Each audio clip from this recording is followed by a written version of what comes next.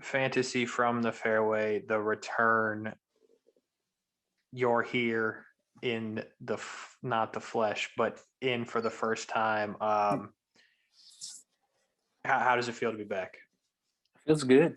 I've kind of missed it, to be honest. Yeah, it's I'm glad you're back. I did half the work like I usually do. Yeah. I enjoy. I'm gonna start with this because it's all over my Twitter. I'm assuming you don't know because I think you would have said something. Do you know? Do you know where I'm going? No. It is sad news coming out of Tampa, Florida, but Vincent Jackson, former Tampa Bay Buccaneer, has been found dead in a hotel in Tampa. It's a weird situation. He lives in Tampa, but he's been checked into this hotel in Brandon for about a month. The housekeeper found him dead earlier today in the last 40 minutes or so. What the hell? So, yeah, Vincent Jackson no Dude, longer with we us. literally just talked I know. about it. Yeah. The hell? A very, very weird situation. I saw it from ESPN right before I got on here with you, and now I've been kind of clicking through, finding some more things about it, but it is definitely indeed Vincent Jackson. Severely underrated as a football player, by the way. Not the most important thing going on right now with Vincent Jackson. But he had been staying there since January 11th, and his Mhm. family just reported him missing on Wednesday. Yeah. All right. I don't know, like CTE maybe? Possibly. I just right now at my phone, just Twitter, former NFL wide receiver Vincent Jackson found dead. Yeah. I've told you before, but dude was a nice dude when he played for the Bucs. Always signed autographs after games and at training camps. So that makes it even more sad. Yeah. Hopefully, I mean, there's nothing really that could make it any better, but hopefully that he just died versus something worse happening. Yeah, for sure. But yeah, sad stuff. I thought I should get that out there because I know you were a fan of Vincent Jackson. Well, I mean, he was a Charger for a long time. Then he was a Buck when I moved here. Yeah, that's crazy, dude. Tough stuff. So I feel like that was worth mentioning. But with that, we will find our way into this here, the Genesis Invitational. Rolling through to the picks. How about that? Yeah. Tied fifth, tied seventh. Look at us. That's by far the most points we've gotten out of this, isn't it? Yeah, I think so. A couple weeks ago, we had like Rom and somebody else and did well. But yeah, this is definitely the best. Also, on the top 25s, I just want to let you know, I started 2 for 4. I've since gone 1 for You're 1 10. for 11, 1 for 10. Yeah, and it'll be 1 for 11 after this week. So yeah, it's pretty bad. But so there that is. I thought getting 105 points, I'd be right in there, just to find out Jason Day had a good week somehow. Jason Day looks healthy, by the way. So that's interesting. I don't know how much he doesn't look like Jason Day.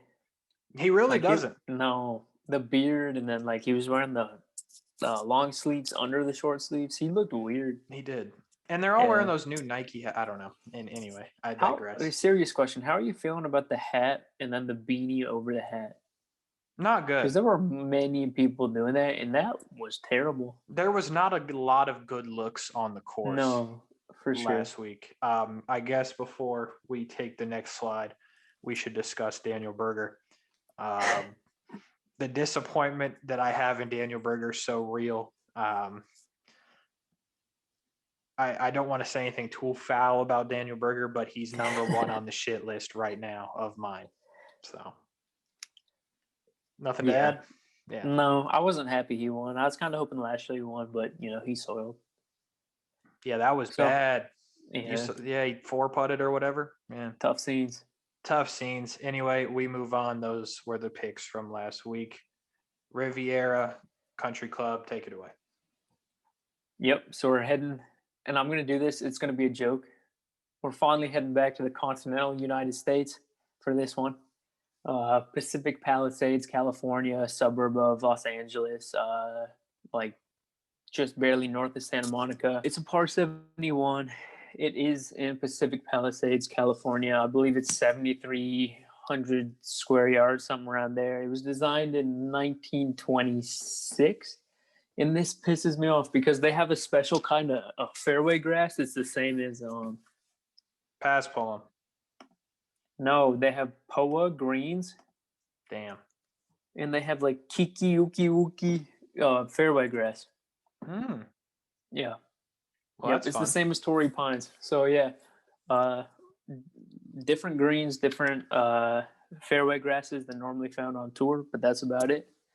3 par 5s, 4 par 3s. I like Do you like this. what I did on this I like one? this. Yeah. I saw it and I said, that's pretty good. Yeah.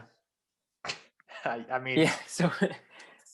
So we got the previous 3 winners. We got Adam Scott last year, 11 under. 2019, we had JB Holmes at 14 under. 2018, we have Bubba Watson's pink driver. Although it is messed up, that's a righty driver. But, you we tried. get it. 12 Looks under. good. They had a really weird-looking picture of Bubba with the no background, so I decided to just put his driver. Sounds good. Key stats. God, I love not having to do this. Yep. All right, so we're going to be looking at greens and regulation percentage, stroke gain, putting, strokes gained around the green, bogey avoidance, and then me and him both went in, looked at par 4 scoring and par 3 scoring. I believe the par 3 you did was between 175 to 100. Yeah. Okay. And then, like always, we always look up course history, make sure, everything checks out in that department. But these are the 4, main ones we're looking at.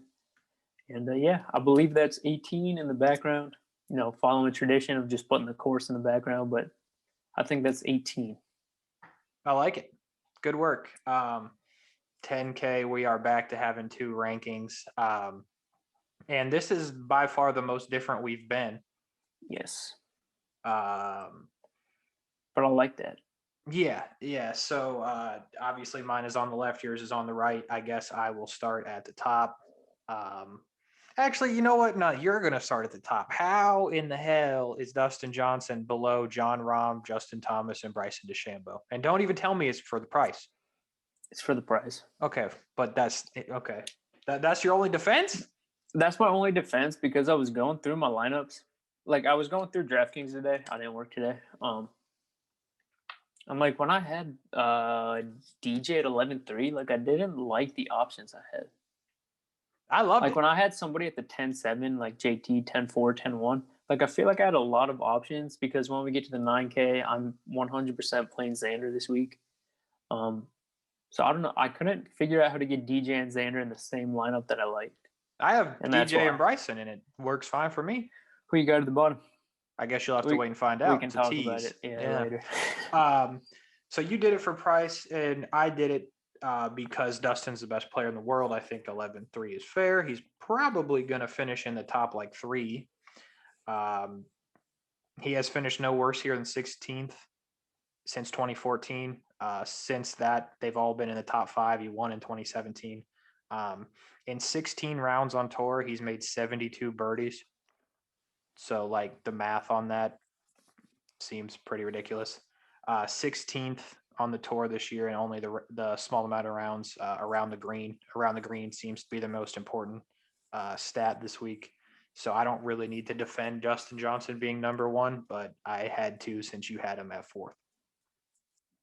Yeah, literally just pricing. I have Bryson. The 10-1's the cheapest you're ever going to find Bryson. Yeah. Ever. Yeah. So I feel like, he's been in the 12s, high 11s the past, I don't know, 5, 10 tournaments he's been in. Mm-hmm. And so for him to be a 10-1 right here, I feel like that's just a really, really good opportunity to pounce on him. He's first on tour in strokes gained total, 10th in strokes gained approach, first off the tee. He hasn't been putting as well as he normally does, but I guess when you're spending all your time getting distance. A Beefing. couple other parts of your games are going to struggle. Second in scoring average. He has 7th, 8th, 1st already this year. I just at 10-1, I feel like that's way too good of a price to not have him. I agree with you, and I looked up the total birdie numbers because I'm trying to fry when it comes to John Rahm. But I just told you that DJ's made 72 birdies in 16 rounds. Bryson has also played 16 rounds and made 73 birdies. Okay. So he's definitely making birdies. The problem is he also does make bogeys. He's 16th on tour in bogey avoidance. DJ's only 4th, so that's why. I don't think he necessarily makes bogeys. He makes quadruple bogeys. Right. He's real good at the triple, quadruple bows. For but sure. Yeah, I totally get it. With Bryson, he finished 5th here last year, 15th in 2019, and 41st in 2018. So he got significantly better throughout the time, but he's also gotten significantly better at golf. So yes, I agree at 10-1. The stats not only check out, but the course history and all that checks out for Bryson there. You have JT second. I have him third. I will let you tell the people why. I mean, I just think 10-7, once again, every time you see JTs in the 11s, the field is very, very good this week. So, players are at discounted pricing. But at the same time, 10-7 is way too cheap for JT as well. What's interesting, I think, is these guys like Dustin, JT, Rory, Rahm, DeChambeau miss maybe 3 cuts a year. JT missed the cut here last year. I find that very interesting. I don't think it matters at all. I just think it's funny that he missed the cut here. He was 2nd here in 2019, 9th in 2018, 17th on the tour around the green, tied 3rd par 4 scoring, top 20 in putting, top 10 in bogey avoidance. He is first, number uno in par 3s in the area that we looked at. So, I mean, it's Yeah, I will 100% agree with you. DJ's the best player in the world. I don't think anybody's going to argue with that, but I am fairly confident saying JT is the second best player in the world. Yeah, I think 10-7 just a steal. All right, tell me what's wrong with John Rahm. Here's my thing with John Rahm here. In this range, I think around the green is an important stat this week. Yes. Very important. In this range, you've got the 16th best player on tour, the 17th best player on tour. Throw Rory out because he hasn't played enough, in my opinion. And you've got the 18th best player on tour. And then you have John Rahm, who is the 74th best player around the green on tour this year. To double that, him and JT have both played 28 rounds on tour so far this year. JT's made 149 birdies. John Rahm's made 126. It's like 70th. So just the direct comparison there has me saying that JT's been significantly better. JT has better finishes here besides the cut part. In 2020 last year, Rahm finished in 17th, and in 2019 he finished in 9th. If you're spending 10K, 17th is not it. That's not what you want. I agree. So the reason that I have him last and below Rory is because I'll just give Rory the benefit of the doubt because it's Rory. He finished 5th here in 2020, 4th here in 2019. So I give Rory that benefit of the doubt, but I think it's obvious that John Rahm has been worse than Justin Thomas and those guys this year. Yeah. I mean, I have no problem with John Rahm. Clearly he's good enough. He spent a couple of weeks as the world number 1 recently. His approach game's great. He's 29th in greens and regulation. He's 4th in strokes gained tee to green. I believe Oh, no, I lost it. Yeah, he's 19th in par 3 scoring, which I think that's pretty good, honestly. And then I also talked to you earlier. There's correlation between this course right here that we're playing this week, Riviera Country Club, and then Augusta National. And John Rahm's cleaned up at Augusta. I keep putting that down, and I don't know why. But yeah, at Augusta National, 2018, John Rahm's 4th, 2019, 9th, 2021, 7th. I have no problem with John Rahm. And any other week, just like what we've been talking about with Bryson and JT, John Rahm's going to be 11 or 12K. So at 10-4, I'm perfectly fine with going John Rahm. It's funny you bring up the direct correlation when you have the Masters champion 4th, but whatever. Pricing. Whatever. That's Do you have anything to add $900 about Rory? That's almost $1,000. No, I don't. Okay. Well, that's the way I see it. That's the way you see it. Why didn't it change? It changed to the 9K. Take it away. All right. Yep. Starting off the 9K, the most expensive player is going to be Xander Schauffele. Xander, as we all know, is one of the best in the game right now. Approach is 33rd on tour. Around the green, he's 23rd on tour. Putting 5th on tour. Like just super well-rounded. Does everything right kind of guy. His par 3 scoring, what we looked at, is 10th in the PGA. Par 4 scoring is 28th. And he is 3 for 3 here at Riviera with 3 top 25 finishes. I don't think you can go wrong with Xander. Moving on to Brooks. He can't win, though. No, he can't. He will. He'll win. He's going to get one. I would bet a lot of money on it. Well, Brooks is 1 for 2 here at Riviera with a 43rd in 2020, and then he was cut, I believe it was 2018. His par 3 scoring is 63rd on tour. His par 4 scoring is 49th on tour. And his bogey avoidance is 122nd on tour. I know we've seen a different Brooks. He clearly just won. He's not, he's finding his game again. But at 9-7 and then paying $200 more up to Xander, and then what is that, $400 up more to go up to DeChambeau. I'm going to stay away from Brooks for now. You see that shot he hit? The eagle? Yeah, off the green. For the circumstances, one of the more incredible shots I've ever seen. For sure. I'll agree with that. To put in perspective, it obviously wasn't a major, but and he didn't have to make it, but it was an incredible shot. So I agree. I mean, same with Berger last weekend on 18. Yeah. Yeah, that's a hell of a putt. But yeah, moving on. I'm not giving Berger the credit though. No. Back-to-back FSU wins, by the way. Berger went to FSU as well. Oh, I guess I didn't realize that. Yeah, that's true. Scum. But yeah, we're moving on to a player who's been playing very, very well recently. He's Patrick Cantlay, of course, at 9,600. He's 6th around the green. He's 8th on tour, T2 green. He plays the par 3s at 19th on tour, the par 4s at 13th on tour. And what stood out to me was he's tied 5th in bogey avoidance. He doesn't make a lot of them, and you're really not going to be able to afford to make a lot of them when the winning scores are significantly lower here than other tournaments. Imagine being 10 under in the first round and not winning. I was thinking the same thing because he shot 1 over. Because what was the winning score? Wasn't Berger was 18. 14, 18. So he just needed to make 3, shoot 3 under. But yeah. Yeah, but his last 3 here at Riviera for Patrick Cantlay have been 4th, 15th, and 17th. There are a couple people I left off, but we're trying to make this a little bit shorter. So either I felt strongly about them or I didn't. If I didn't feel either of the ways, I'm not including them.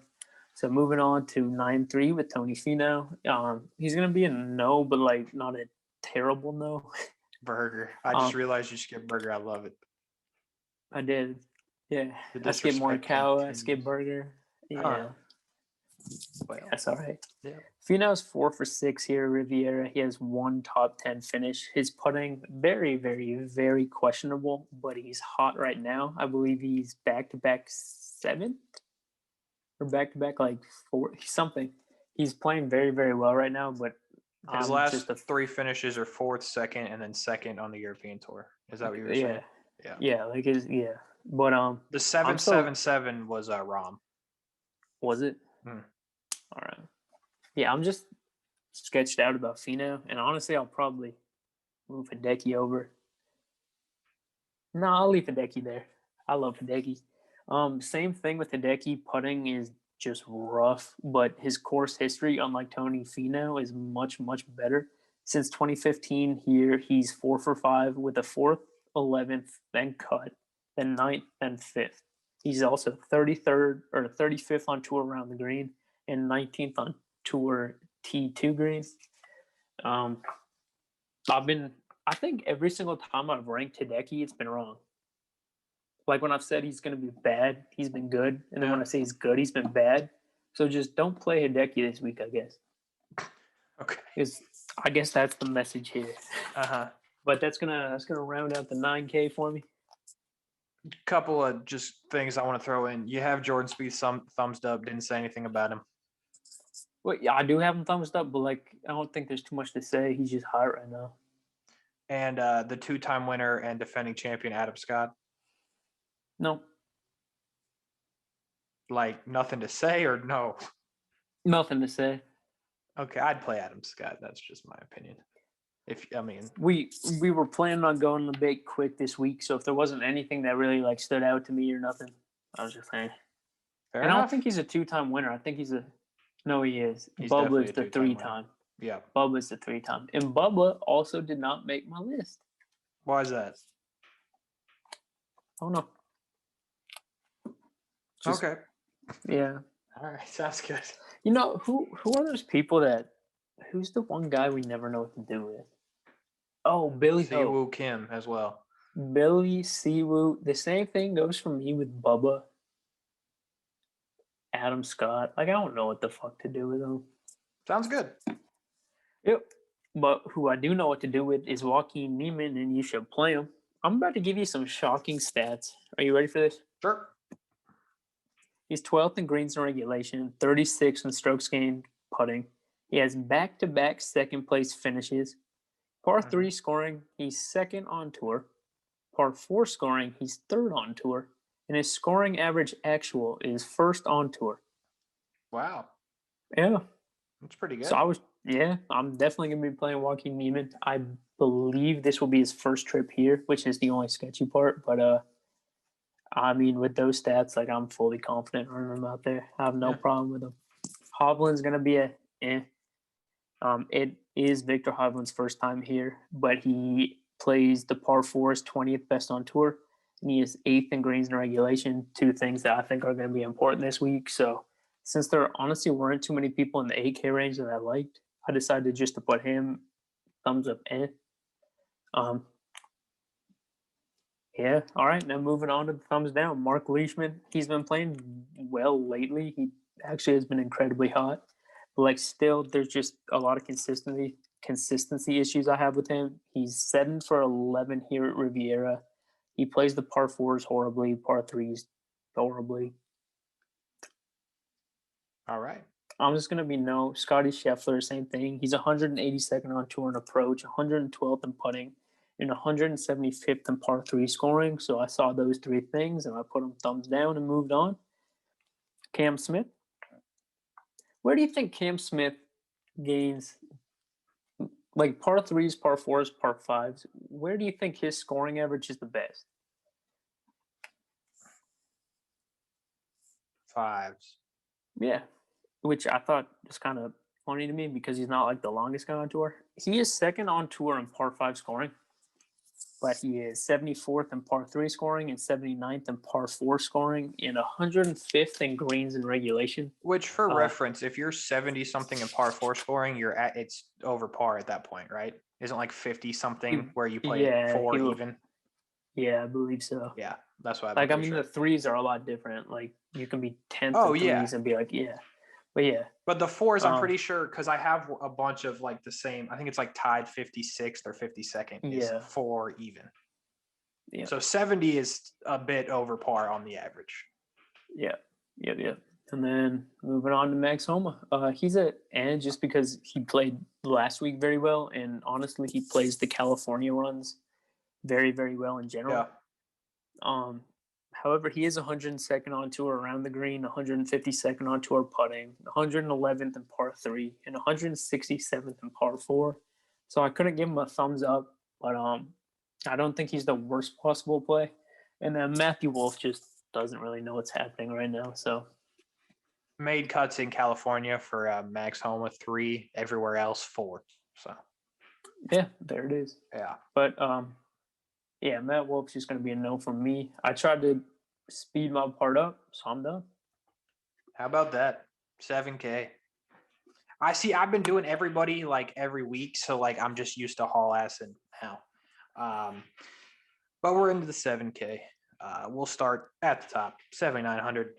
Kevin Na, Abraham Answer are both the $7,900 golfers. Like them both. Like Kevin Na more.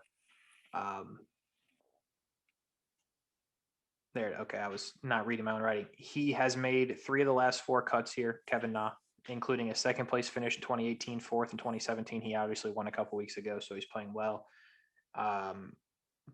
He's tied 21st around the green, tied 32nd in the par 3 average. He is a bad putter, there's no doubt. But I like him over Answer. Answer has made all 3 of the cuts here that he's played in. However, none of the finishes are very good. He's 82nd strokes gained putting, which is significantly better than Na. But he's not good around the greens. So that's why I lean on Na over Answer. I think you can play them both, though, because there was a time not too long ago Answer was like 85, 8,600. 7,800, another guy that's severely underpriced. Russell Henley, first. Par 4 scoring average. He's first. He's first in bogey avoidance. First. That's pretty much all it should tell you. 17th here in 2020. Play Russell Henley. You love Russell Henley, so I'm sure you're excited about that. I can see you're eating, so just keep doing your thing. Carlos Ortiz, 7,800, playing outstandingly well right now. He finished 9th here in 2019. He's made all 4 cuts. Do you see that?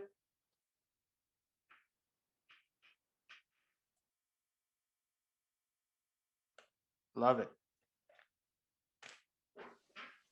Yeah, my bad. I was on mute because I'm just over here chilling. All right, well, love it. But yeah, the Carlos Ortiz is surprising. Like, it's debatable that he's the best Mexican golfer right now.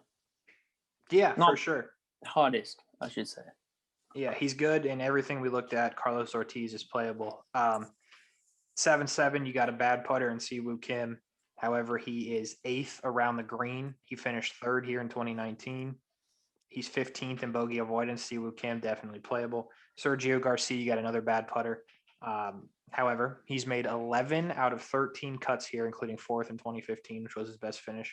51st this year around the green, 21st in bogey avoidance. He's playable. I'm not going to tell you to play him because it's a crapshoot with Sergio and Siwoo, but they're both playable. They just can't putt. I'd go with Siwoo over Sergio though. Molinari is next. He let me down again, so I'm done with Molinari. But at the end of the day, he's still a bad putter.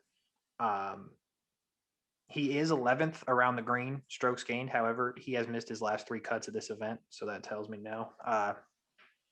On Siwoo, the boy Gary Molinari, not Siwoo. Just got Siwoo on the brain. The boy Woodland is next at 76. He's 217th in par 4 scoring this year, 211th in bogey avoidance, 134th in strokes gained putting. So that's enough of that. The boy Tringale is hot at 7,600. He's definitely the best 7,600 play without a doubt. He's made 8 out of 9 cuts here, including an 8th place finish at 2017. He is in the top 30 of par 4 scoring, bogey avoidance, par 3 efficiency in the area, strokes gained putting, and greens and regulation. You can't not play this dude.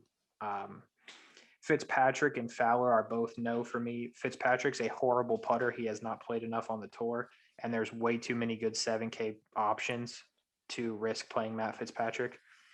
Ricky Fowler is good around the greens, but that's it. He also hasn't played here since 2014, so there's no reason to believe he's just miraculously going to be good. Yeah, and he's struggling anyways. I mean, yeah. This is a good 7K range this week. There's a lot of good options. I bet the winner comes from the 7K range. Well, I was looking and it was hard to do the 8 and 9K because I would honestly rather just take the 7 and 6K and then a couple guys up top. I'm probably going to stay away from 8K, to be honest. Yeah.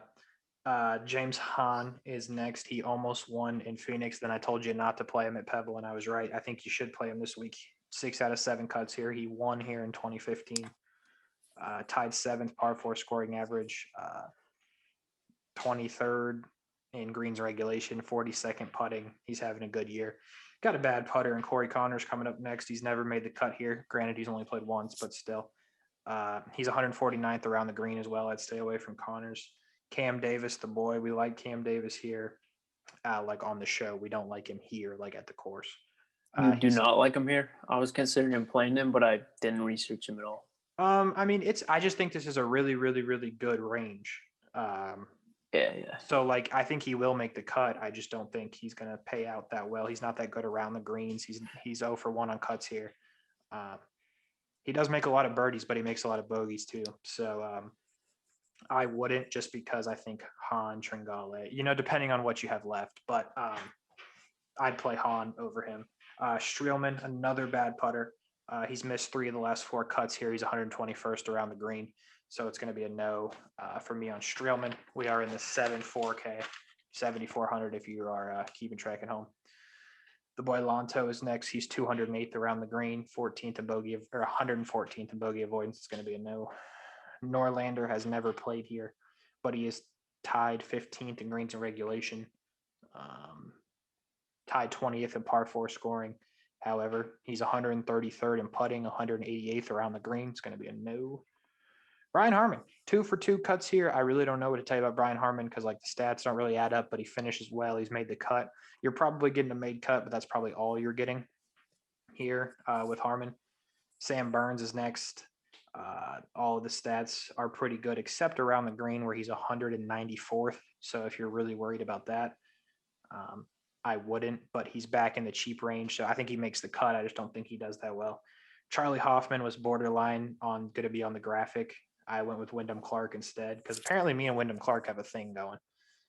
Yeah, I've seen his name many, many more times than I thought it would this year. Weird, right? Yeah. Charlie Hoffman has missed the last 2 cuts here. However, before that, he made 9 out of his first 10. This year on tour, 28th bogey avoidance, 25th greens and regulation, tied 16th par 3 efficiency in the area. He's an okay putter. I think Charlie Hoffman's very playable. JT Poston, it's going to be a no. Luke List is an awful putter. It's going to be a no. Hadwin, the boy, he's coming around. He's coming around. We will see a day where Hadwin's good again. He's made 6 out of 6 cuts here. He's never missed. He's 12th around the green, 73rd putting. You can play Adam Hadwin. It's time, people. Maverick McNeely almost won, but he didn't last week. He's never played here. He's a 21st around the green, 49th par 4 scoring average. He's playable, but there's a lot of playable guys in this range. I think he makes the cut. I just don't think there's much else. Matt Kuchar made 13 out of 14 cuts here. He finished 2nd here last year. He has not had a good year this year. If you weigh the course history out versus what he's done this year, then you could play him. If you just look at what he's done this year, you shouldn't play him. So make that decision. Taylor Gooch would be next. He finished 10th here in 2020. 37th bogey avoidance, tied 28th in par 4 scoring. 83rd around the green, 78th in putting, 98th greens in regulation. He's definitely playable. I want to get your opinion on this. This is Emiliano Grillo, and I would ask you if it was anybody, just because how funny the stats are. So you've got tied 7th par 4 scoring average, 8th in bogey avoidance, 5th in greens in regulation, 130th strokes gained putting, and 192nd in around the green. Yeah, I'm personally playing him. He's like, I think his scoring average for this year is 69, and he's played like some difficult courses. I think it's 69 on the dot, but yeah, I'm good with Grillo.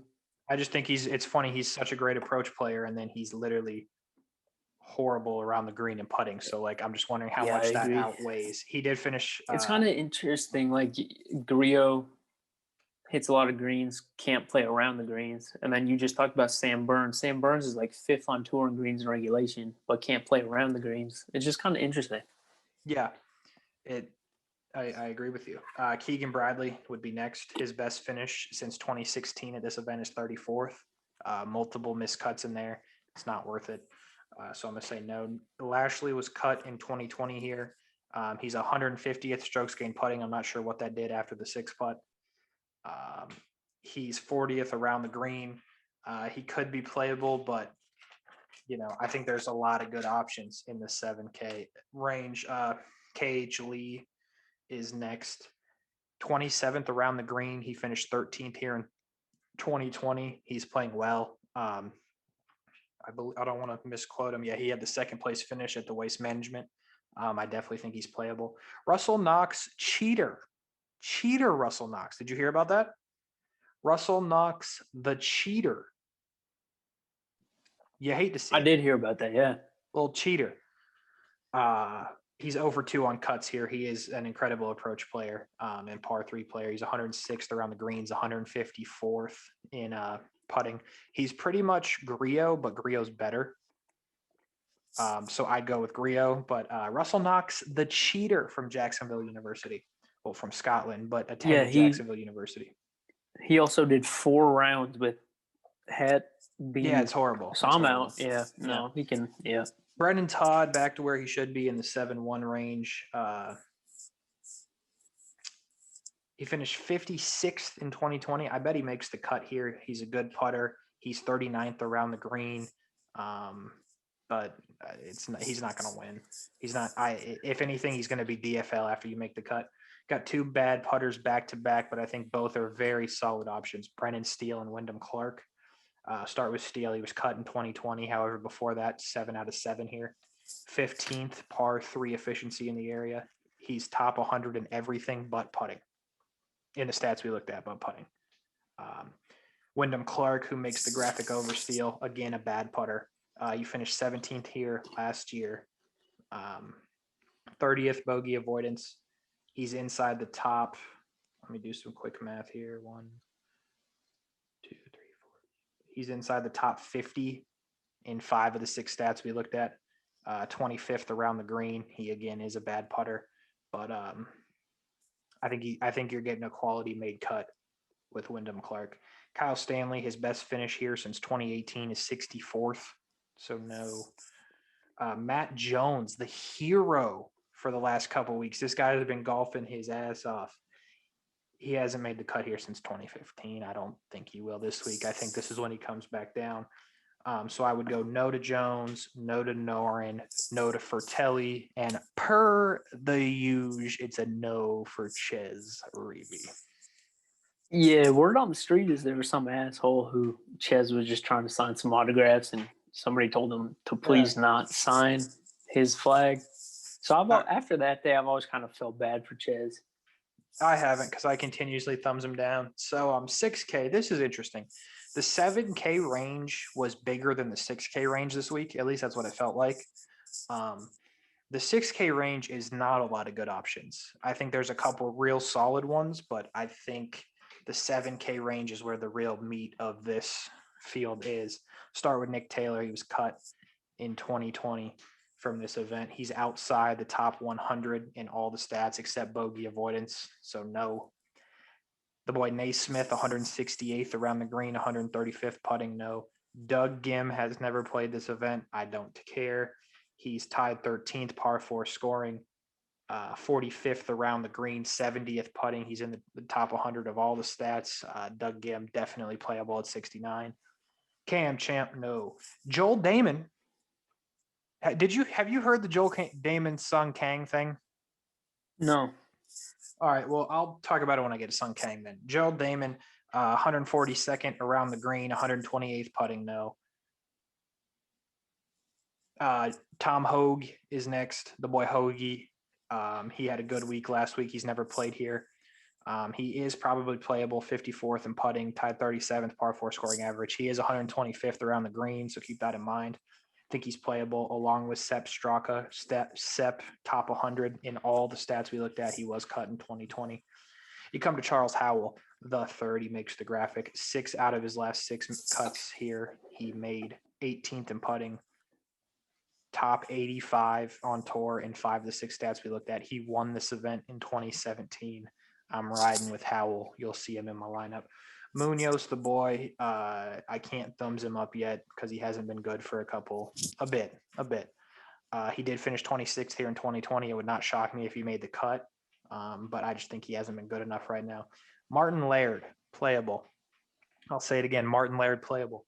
He finished 8th here in 2017, 9th in 2018. He's 9th in greens of regulation this year, 58th around the green. Apparently that's what he's good at, around the green.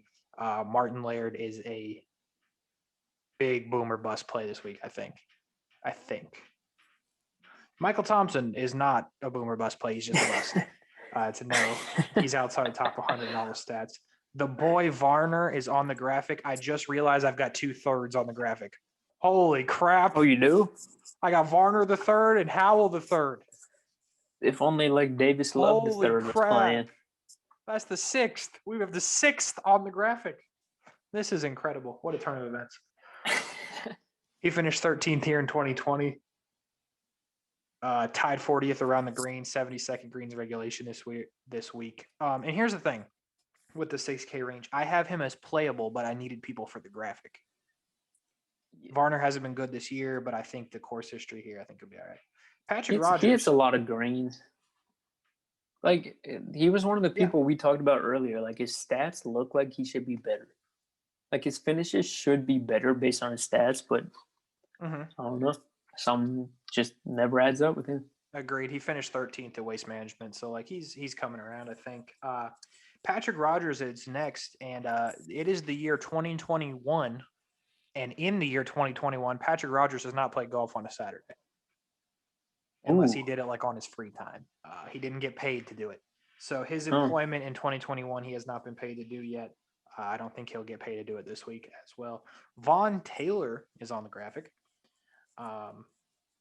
In 2020, he finished 13th at this event. In 2019, he finished 9th. 2018, he finished 20th. He's top 105 of the 6 stats. Can't go wrong with old Vonnie T. This is just like an all-star team. Taylor, Varner, Howell. These boys are going to make the cut, though, I promise you know what I was thinking about Patrick Rogers, though? What's up? Has he not taken – this is the best possible stretch of the year to not make a cut. Like, he's had Saturday, Sunday in Hawaii, California. Right. Like, wait till we play TPC Twin Cities. He's going to be making the cut. He doesn't want to spend a Saturday in Minneapolis. Minnesota, right. Yeah. His last made cut was at Mayakoba, and he finished in 17th. Before that, he was cut from the RSM, cut from Houston, made the cut at Bermuda, cut from the Shriners, cut from Sanderson. I mean, it's not good. That's tough scenes there. And he keeps playing every week because every week I thumbs him down. Every single week. Brendan Grace, no. Mac Hughes, I struggled with because I think he is playable, but he has missed the only 2 cuts at this event that he's played in. But the stats say he should make the cut. 43rd around the green, 50th putting. His scoring isn't this good this year, so I would probably, even though I just told you he's playable, probably stay away because Piercy's probably a better option at the same price. But it's just weird. Like, Mac Hughes should be better here. I hope he makes the cut. Piercy, again, is like playable on the very line of the definition, but like there's nobody else in this range I like. Piercy was 17th in 2020. He's top 100 in 5 of the 6 stats we looked at, but he's an awful putter. So, if you have to, you have to, I guess. Malnati's 1 for 3 here. I have no clue what to tell you on Malnati. I thought he was guaranteed for a good week last week. He wasn't. He got cut. I'd just tell you no, probably, honestly. Snedeker, no. Redmond is horrible around the green. He's a horrible putter, so that's a no. Schwartzel, no. Sung Kang. We'll come back to Sung Kang, actually. Rowinski, he's outside the top 100 in all the stats. It's a no. Adam Long, 0 for 2 here. Bad around the greens, no. JB Holmes is a decision you'll have to make. He's good around the greens. He's good par 3s. He's made 13 out of 14 cuts here. He won, obviously, in 2019. However, he has not made a PGA Tour cut in longer than Patrick Rogers. It was in October of 2020. He doesn't need the money, probably like Patrick Rogers does, though. But yeah, I mean, you could take a flyer on him. He probably makes the cut. Coming back to Sung Kang. All right. Here's the deal. Sung Kang has some of the worst stats I've ever seen. He loses a whole stroke in strokes gained total. Like, he just sucks. He's horrible. But here's the deal. He's made 6 out of 6 cuts here, and he finished second in 2020. He's 230th strokes gained total on the tour. Not many people below him. But, so what I'm getting at is he might probably going to make the cut. But you could play Sung Kang. Now here's what I want to tell you about Sung Kang. Sung Kang, the cheater. Ooh. Yeah, Sung Kang's a cheater. I didn't know. So a few years back, Joel Damon called out Sung Kang on the course for taking a drop he shouldn't have taken. Sung Kang and this man argued on the course for multiple minutes. I believe, I don't remember the event, but I believe it was this one. If you can fact check me on that, just type in Sung Kang cheats, it'll come up. I believe it was this very event, but it's been years. It's been like 4 or 5 years. Joel Damon tweeted Sung Kang cheated. It was a big thing. Guess who Joel Damon was paired with on Sunday at Pebble Beach? Oh, that's just poetry. Sung Kang. Apparently, it was the first time they have spoken since they got into an altercation on the course many years ago. But can you just imagine walking up to a PGA Tour event with Sung Kang and Bucket Hat just yelling at each other? Well, I'm gonna take a bold guess and say there weren't too many spectators watching that group. Probably so, not. But yeah, Quicken Loans. Joel That's right. Damon accuses Sung Kang. That's right. So apparently, when they got to the first tee on Sunday at Pebble, Sung Kang told Joel Damon that his friends, Sung Kang's friends, told him to push Joel Damon in the water. But apparently they got past it, and I don't think they're boys now, but like they don't hate each other, I guess. So Sung Kang, the cheater, might be playable. 6 out of 6 cuts here in Los Angeles. That's the top of the 6. That's everybody. I know it's usually a lot longer. 6-4 to 6-0. 6-4 Brian Stewart for me here. Way too cheap. He finished 23rd here last year. He finished 16th last week, so he's playing well. He's not great around the green, but he is good. Par 3, he is good at hitting the greens. I think 6-4 is way too cheap for this guy. What'd you come up with on Sung Kang? I can see you cooking it up. Nah, he just apparently Sung Kang told Joel that he wanted Joel to apologize to him. Yep. Yeah. Joel said, "Apologize to me?" ? He said, Sung Kang said, "You did this. You ruined my reputation." Joel said, "You did this to yourself. I didn't do nothing." Mm-hmm. And then Joel said, "We have not spoke since." Yeah, but they did speak on Sunday, apparently. Interesting. So, Brian Stewart, way too cheap. Bo Hogue, way too cheap. He's never played here. But listen to these stats for a $6,300 golfer. I might be wrong, but I'm not wrong on the stats. I might be wrong on playing him. But 49th par 4 scoring average, 44th around the green, 55th par 3 in the area, 91st putting, 40th bogey avoidance, 42nd greens in regulation. That's a $6,300 golfer. Yeah, that ain't bad. Not to be confused with Sung Kang, CT Pan, who finished 4th here in 2019. He made the cut last week, so he's got that going for him. 56th around the green, 29th bogey avoidance, 79th par 4 scoring average. This man made me some money at the Masters. I think he could do it again. Austin Cook comes in at 6-1, not Wesley Bryan. Wesley Bryan is in the field, though. I just want you to know. We still love you, I didn't even know that. Yeah, I'm gonna have a lineup with him just out of principle. We love you still, Wes, but I can't tell the people to play you because Austin Cook finished 49th here in 2018. That's not why. Austin Cook is third in par 4 scoring average. Third. 80th around the green, 38th putting, 11th bogey avoidance. 81st par 3 scoring average in the area, and 88th in greens regulation. Austin Cook? Yeah, there was a time in like 2015, 2016 where I played him every week. Dude was money. Yeah. Playable. Then he went Corn Ferry. Yeah. Now he's back. Yeah. 6-0, I really wouldn't. I saw that. If you have to, like if you physically have to, Tyler Duncan made the cut here last year. Who is it? Like Bo Van Pelt? I give you the whole damn like range. Michael Kim. No, it's not Michael Kim. Brian Gay, who I really tried, but he's missed like 10 straight cuts here or something stupid. Danny Lee, Tyler Duncan, Augustine, Scott Harrington, who has not played well here, Willie Mack, and Tyler Stafacey. Huh. Yeah, it's crazy. Big names in that range.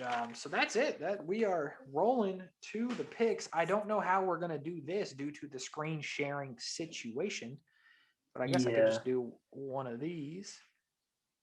Can you still see it? Yep. Yeah, I'll just do it this way. So without further ado, my boy, you've been out. Yep. So I will let you go ahead and tell me. I'm gonna keep it a buck with you, Chief. I don't know who I've taken so far. I'll tell you. No problem. That is not a concern. I need to write it down. Give me a second. Can I just like text it to you later so we can get this moving? Yeah, for sure. You've picked Day, Fowler, Zalatoris, Scheffler, Berger, Reed. Which where the hell's Reed with all this cheating going on?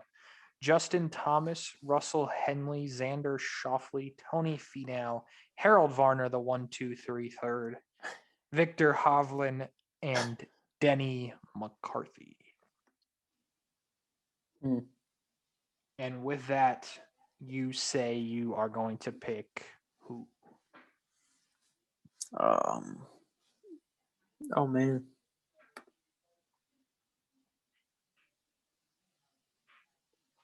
All right, give me John Rahm. Okay. John Rahm to win the Genesis Invitational. I like it.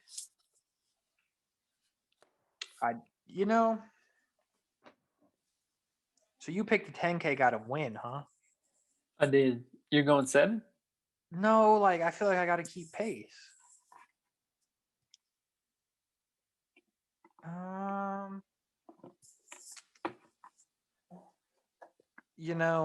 need points, but John Rahm's probably going to finish in 7th. Not going to pick Xander because he can't win. Like it's just physically impossible. You know what?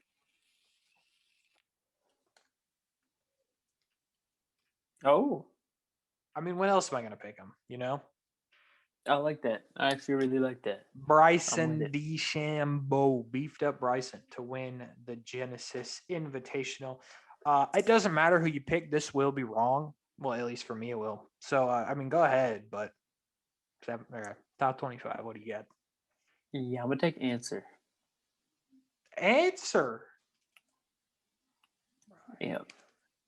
Abraham Moises for the top. Because I was going to take Henley. Yeah.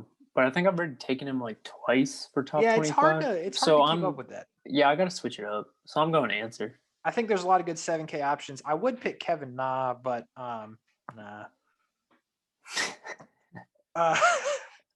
That was a horrible joke. Nah. I've got 2 options I have my eye on, and you know what?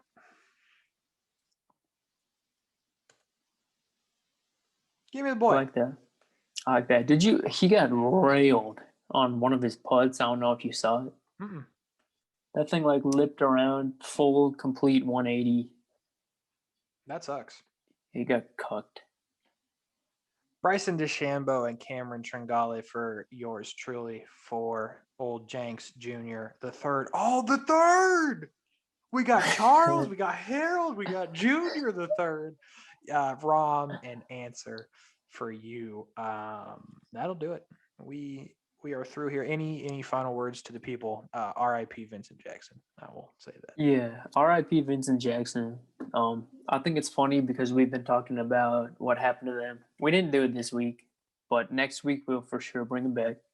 But I don't know if you saw they put iCarly on Netflix. I heard. I didn't see. So you asked about like Gibby. Mm-hmm. I just think it's really funny. We talked about that, and now it's freaking on Netflix. Yeah, crazy. It's weird. I guess next thing you know, bro, Ned's gonna be on Netflix. Well, I'll tell you, Ned is on TikTok, and I see his videos all the time. But here's the crazy part: I looked up their cast, and Coconut Head, I cannot find on social media. You remember the janitor? Oh, this is gonna blow your mind. You remember Gordy? Yeah, he's the voice actor for like the Fairly Odd Parents. It's not gonna blow your mind then. Yeah. Okay. Yeah, he did like Cosmo and Yeah, that's actually yeah. really spot on. He's the dad too. Oh, okay. Okay, well, I thought that was going to be more exciting. It was. So yeah, so no social media though for this dude, and then the dude that spun the basketball on his finger all the time, Oh my god. no social Wait, media. I what was can't his find these name? people. I don't know. I looked at What? anyway. I was Wait, is bored. he the dude who was like? No, wasn't there a bully? Not him. Not him. All right. But Cookie definitely does have social media. Gotcha. But anyway, that's it. Thanks for coming back to the program, For sure. and I guess we'll talk to you next week. Yep. Sounds good. All right. Good luck, people.